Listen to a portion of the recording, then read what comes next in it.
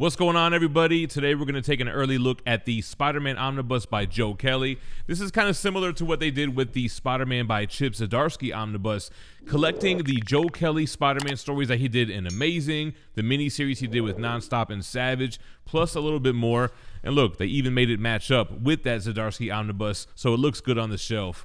We're going to take a look at this and talk about the story, the art, and more right now. All right, so this one is scheduled to come out at the end of the month on January 28th. This is the regular cover with the Ken Lashley Nonstop Spider-Man 1 variant. The direct market variant is this Phil Jimenez cover, which is this dope horizontal Spider-Man vs. Venom cover. All right, so we've got Chris Pachalo, Michael Lark, and Gerardo Sandoval on the artwork as well, plus some other creators that we'll see.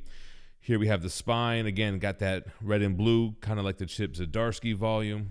And then the back. So this collects all of the stories that Joe Kelly contributed for Amazing Spider-Man with issues 575 through 576, then 595 through 599, 606 and 607. You have 611, 617, and 625. Then it has the two miniseries, which I feel like really prompted this omnibus, the Nonstop Spider-Man 5-issue series and the Savage Spider-Man sequel 5-issue series. It does have Marvel Fanfare 2 and 3, which are Joe Kelly stories, only one of which really has Spider-Man, but we'll talk more about that when we get to it. Then we have WEBSPINNERS Tales of Spider-Man 7 through 9, plus material from Amazing Spider-Man Extra issues 1 and 3, Amazing Spider-Man 577, 600, 612, and 634 through 637, as well as 647, because those issues had other stories within them, so this omnibus just collects the Joe Kelly stuff. It also collects Spider-Man Grim Hunt, the KRAVEN saga, with a $100 cover price. You can get it discounted over at organicpricebooks.com. Not only do they have fast shipping with great packaging, but you can save an additional $2 every time by using code GemMint at checkout. And if you're overseas, if you're in the EU, I got you covered. Comicsbugle.com. Not only do they have great packaging made from recyclable material, but they also have free shipping, no taxes, or import fees if you're within the EU. They are also heavily discounted, but you can save $5 off of your first order by using code GemMint at checkout. All right, then the inside of the dust jacket got some Spidey art, a synopsis on the different Joe Kelly stories collected here, and a biography on not only Joe Kelly, but the artist that I mentioned earlier. And a great wraparound cover here of Spider-Man in action, matching the trim from the dust jacket. All right, let's open up to some black cover pages.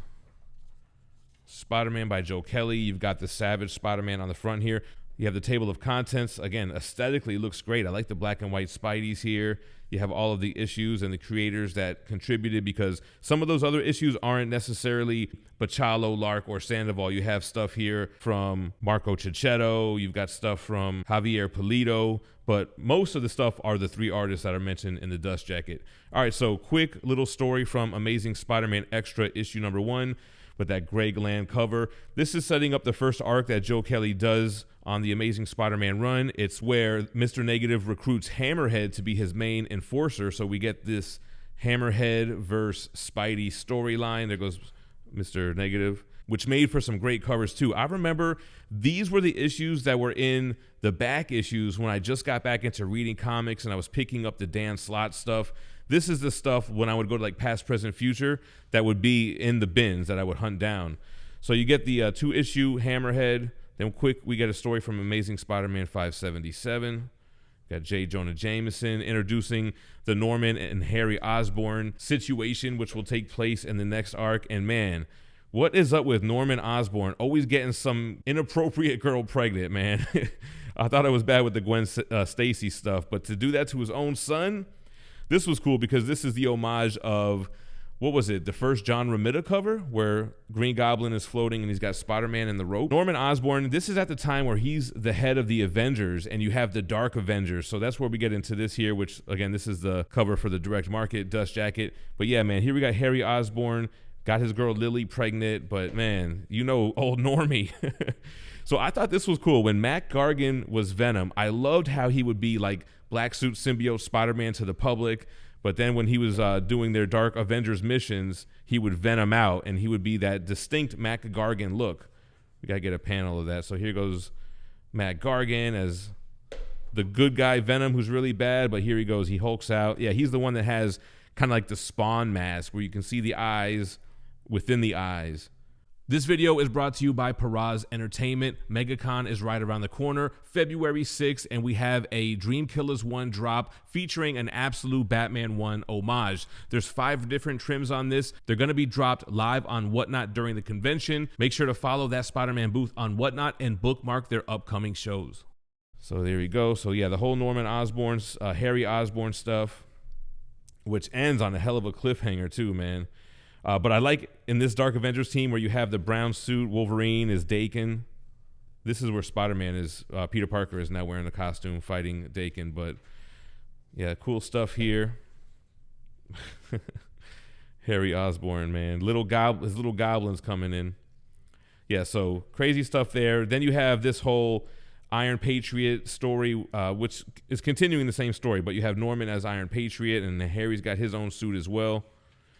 And this is where we get that big revelation on Norman and what he did to his son. So crazy stuff. Then we get the milestone issue 600. It's, again, just the Joe Kelly story. Got the Madam Web thing here. Yeah, just a couple of pages.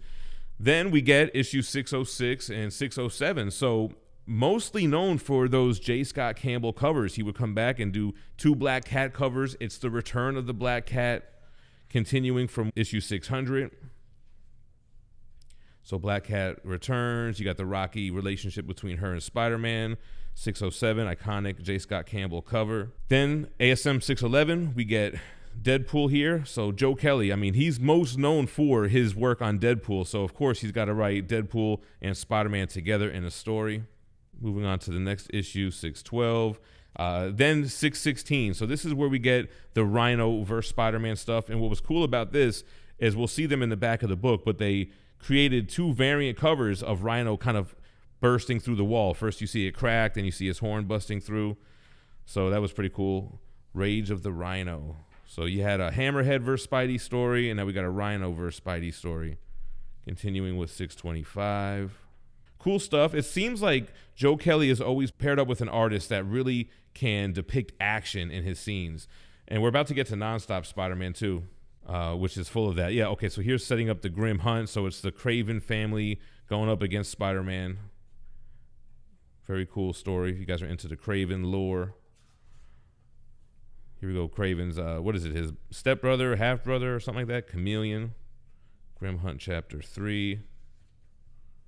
On to ASM 647. Now, this was another Djurjevic connecting cover. You always hear about the Ultimate Fallout one with the 1/25 ratio, but this was another great cover like that, man. I remember wanting to put that together, digging through the bins in the back issues at Past, Present, Future. So, okay, only a couple of pages story there. Then we get the Nonstop Spider-Man one. So this was a series that came out while I was reading and reviewing single issues. I remember reviewing all of these issues. Breakneck speed. The story was kind of a little bit cringe with like trying to bust these kids with the smart drugs, the whole smart drugs thing.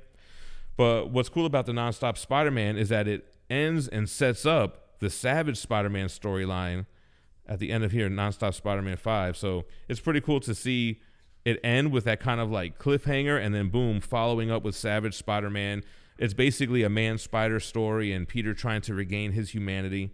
But it also has that same kinetic art style. It always feels like everything is moving very fast, and almost has like a Humberto Ramos influence as well with the kind of proportions and line work. So you get that miniseries, and then it collects this. I guess it was just like, you know what, it's an omnibus. Joe Kelly did write a Spider-Man story, kind of. Marvel Fanfare 2, is really a Hulk versus Wolverine story. It almost is like a retelling of Hulk 181. But then at the end, they tease that Spider-Man will be in the next issue, and then the story continues with Spider-Man. And what's cool about this is it's the Ben Reilly Spider-Man, and I like how they did that at this time. I'm also reading right now the Amalgam Omnibus, and that's the version of Spider-Man that they used. So it's cool too. I mean, not only am I a huge Ben Reilly Spider-Man fan, it's cool to like see other stories that he was in during that time. Okay, then we get the Web Spinners story here. So this is the last arc of the omnibus. Yeah, this is just a quick story leading into this Spider-Man versus Sandman fight.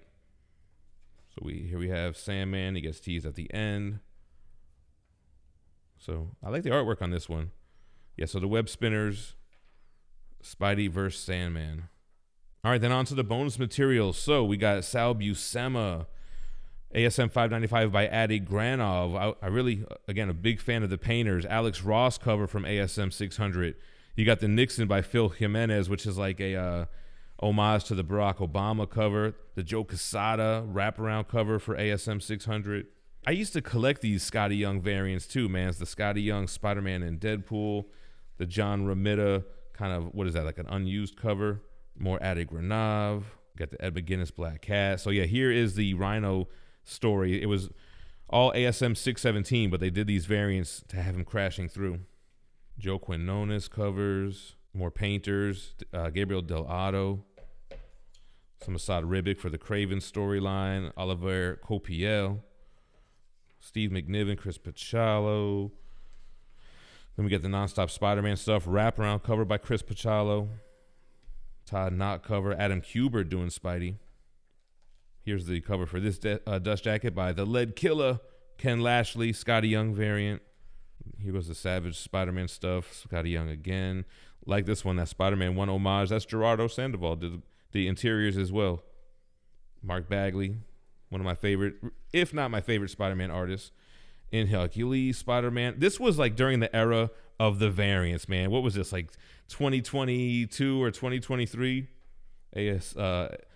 Amazing Fantasy homage back there. Another Sandoval. A lot of, see how many covers? Junjin Yoon, another great painter. Ryan Brown. All right, then American Sun sketchbook. Yeah, the American Sun is the name of that Norman Harry story. So you get some behind-the-scenes stuff there, some line work and some inks, and the Phil Jimenez big pin-up from that issue. Hey, thanks for checking out the video. Let me know what you thought about the Spider-Man by Joe Kelly Omnibus in the comments down below. Is it something that you're going to add to the collection? Sound off. Stay minty fresh. Peace.